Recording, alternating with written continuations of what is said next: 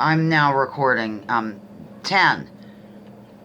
Hi, ladies and gentlemen, Lounging with Lisa, the video series that has me lounging while coming at you with thoughts of the day. I have Nicholas on the phone here. He wants to talk about stuff. I'm going to just let him sort of go on. I might jump in, but I'm going to put you on speaker, Nicholas. Hang on.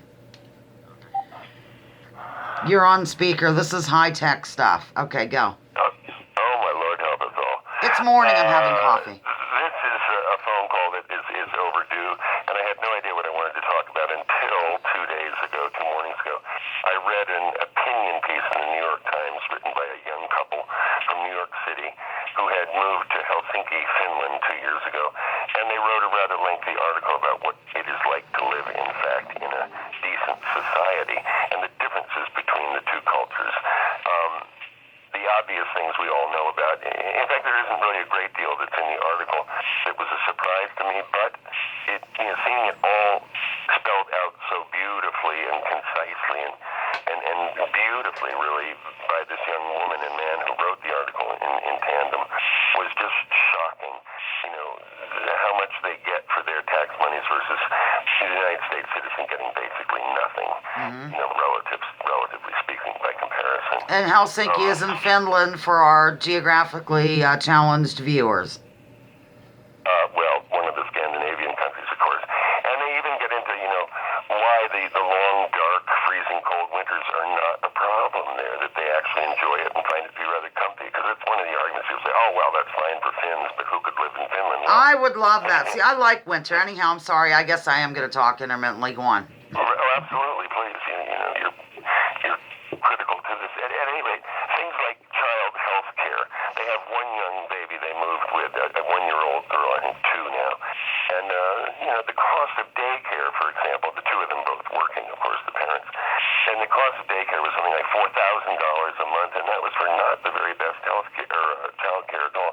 Whereas they say they have absolutely world-class, unbelievable health care, very progressive stuff going on. They pay, I think, $40 a month for it because they can afford to. Others get it free. Others pay more than 40, more like 400 a month. This is child care or health care? Child care? Yeah. Okay. Just for their kid, basically free of charge by the Finnish government. The health care situation, all of these things that are so incredibly expensive in the United States are basically, free of charge in Finland. Yes, they pay higher taxes, but one of the things the article went into was what it feels like to live in a place where there is no stress and where people are not freaked out all the time and just scared to death for their very own futures, and how that leads to the quality of life overall that they find to be so significantly better that they recommend. They don't actually get into recommending moving, outside the United States. They're not that politically charged or socially charged. This is just a personal, anecdotal account of what their life is like, and they go on and on and on. They talk about things like the pension that everybody gets eventually, which is really incredible compared to what we get. Let's see if I can see a note here I wrote. Well, they have a second child coming, so they're getting, of course, free prenatal care, no co-payments, no nothing. They just take a child to the doctor. They said that the woman doctor that they go to, their pediatrician, is absolutely brilliant. And anyway, she's tending to the young child. So the prenatal care she's getting for the second child. And then, as soon as she gives birth to the second child, they automatically get paid leave for a full year of parental care for that first nurturing year that the Finns have decided is all important to the success of a child. Okay? Free. 1 year paid. Now they can split it up between the two parents. They can do 3 months he, 3 months she, 3 months he, 3 months she, all he, half and half. However they want to choose, the government does not step in. It's for the parents to decide. They're ecstatic about that. That, of course, doesn't exist in the States at all. Vacations are approximately anywhere between 4 to 6 weeks, not 2, so they have more time for themselves, and, blah, blah, blah. Public transport, basically free. You pay, 25 cents to go completely across Helsinki, whereas in New York, they would often have to Uber because they couldn't get a bus that was on time for their needs, et cetera, all that stuff. They even get into the history of the fearful fearful, the horrifying word socialism that makes Oh, yeah. So I read part of the article. Yeah. Run to the hills. And they go through the history of how this all happened. How did Finland get to be so smart? Well, 100 years ago, there was a socialist uprising in Finland that was squashed by the capitalists. Of course. Aren't they all? Yeah, aren't they all? And, however, what the capitalists eventually realized by about 1950, middle of the 20th century, was that, it made a whole lot of sense to pay higher taxes, the corporations to pay higher taxes, and then allow the government to do all the work for the corporations, meaning taking care of their employees, educating people who could become high-tech employees, on and on and on.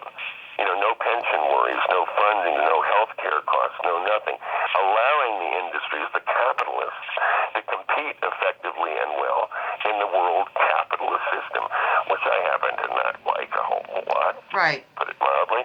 But they found out very quickly this worked better than the corporations trying to hold on to everything to their own benefit.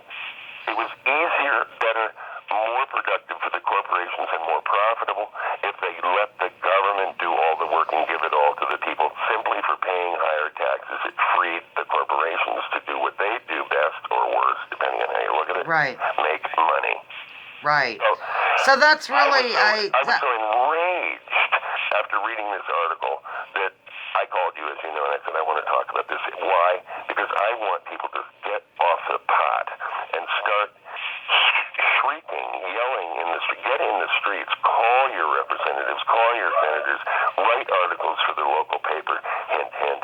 And get people, fired up because their lives do depend on it. I'm giving a look because I really don't think our representatives listen to us at all, honey, but I don't think they do, but it certainly can't help. But what is true is... I hear dogs. In the background. What is true is we can listen to each other.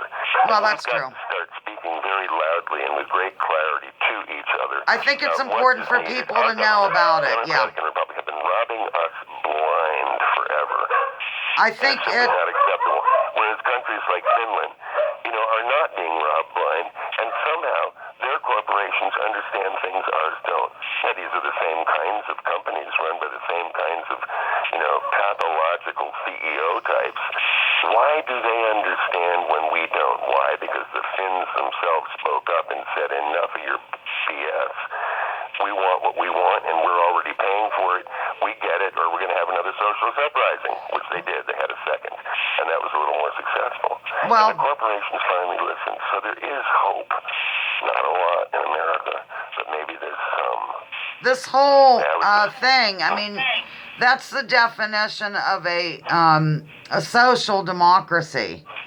Absolutely. And yeah, it seems like, well, it doesn't seem like there's evidence for, as soon as the New Deal, or while the New Deal here in the United States, FDR, was being, put into play, that there was already a big uprising against it, and they worked for years to overturn all the New Deal legislation and whatnot. It seems like that's probably come almost to fruition from the corporatist, fascist segment, whatever you want to call them. Interestingly, the same exact things happened in Finland.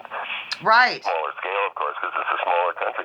But the people themselves were so demanding of change that they got what they wanted and deserved. Well, I'll tell you, corporations learned. I don't think a lot of people know about this. They watch mainstream media, first of all, which is, capitalist-based, and that's right. They freak out over the word socialist because it's so misdefined in this day and age.